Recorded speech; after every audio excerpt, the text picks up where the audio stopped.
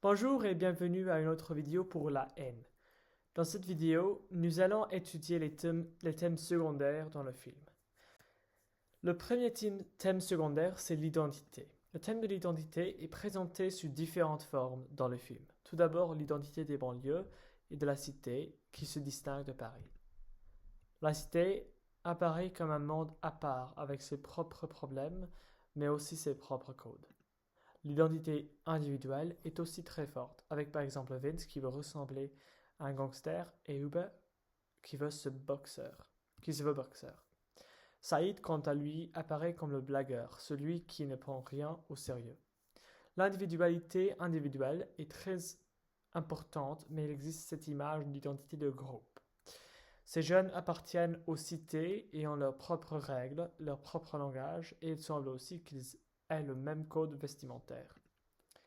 Ils font tout partie du même groupe et c'est pour cela que Saïd dit un de nous en parlant d'Abdel qui est à l'hôpital. Ce sentiment d'appartenance donne aux jeunes une raison d'être mais aussi engendre la violence. Alors l'identité est un des thèmes que Kassovitz voulait mettre en avant pour souligner ces notions dans ce long métrage. Non? Numéro 2, c'est le trio, qui est un thème ou un motif important dans le film. Il est intéressant de noter que chacun des trois personnages principaux représente une minorité ethnique vivant dans la cité. Vince est juif, Saïd est musulman d'origine arabe, et Hubert est africain noir et chrétien. Certains pourraient juger ce trio improbable et affirmer que leur amitié a été créée spécifiquement pour représenter et résumer la vie dans une cité typique. D'autres, en revanche, pourraient y voir une représentation universelle, permettant à tous les spectateurs de s'identifier au film. Bien que Vince, Hubert et Saïd soient différents et possèdent chacun leur propre identité et culture, les personnages partagent des traits communs et peuvent être perçus comme une unité. Ces trois hommes sont le produit de leur environnement, vivant dans la cité et partageant les mêmes problèmes aussi. Ils sont affectés par la même représentation et, où qu'ils aillent, ils ne peuvent pas échapper à l'étiquette de résident de la cité. Alors le trio est peu probable dans la vie réelle, mais ça sert pour être universel pour tous les téléspectateurs et aussi pour souligner le thème de l'identité aussi à travers le trio, notre groupe de trois personnages. Et finalement, est-ce que c'est La haine est un film anti-police, anti-flic, ou c'est un appel à la justice? Ça, je dirais que c'est le plus grand débat euh, de ce film parce que euh, certains supposent que ce film est anti-police. Mais est-ce que c'est vrai? Kassovitz se sentait qu'il a dû exposer les raisons pour lesquelles les jeunes et les banlieusards agissent ainsi, pour que les gens puissent comprendre leur point de vue. Alors c'est un film du point de vue des banlieusards. Alors c'est une description véritable de la situation en France? Peut-être non, parce que c'est juste un point de vue. Oui, à travers les yeux des banlieusards. Ainsi, il semble que Kassovitz n'ait pas eu d'agenda précis visant à dénoncer la police ou à encourager une révolte contre l'autorité.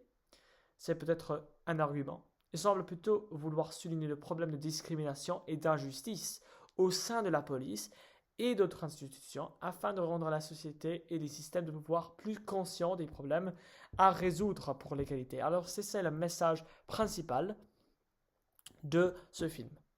Oui, Kassovitz veut exposer ces problèmes. Il ne déteste pas la police, mais il y a certains policiers, il y a certaines institutions qui perpétuent ce système de violence, de racisme, et Kassovitz veut que cela change radicalement. Oui. Donc, peut-être, je ne pense pas que ce soit anti-police, mais plutôt anti-corruption et oppression, qu'il cherche à expliquer tout au long du film. Cela se voit par le fait qu'il ne dépeint pas toute la police comme malveillante dans le film, avec un agent bienveillant à l'hôpital et au centre de Paris aussi. On voit aussi un officier noir dans le film et Samir, qui est policier et immigré.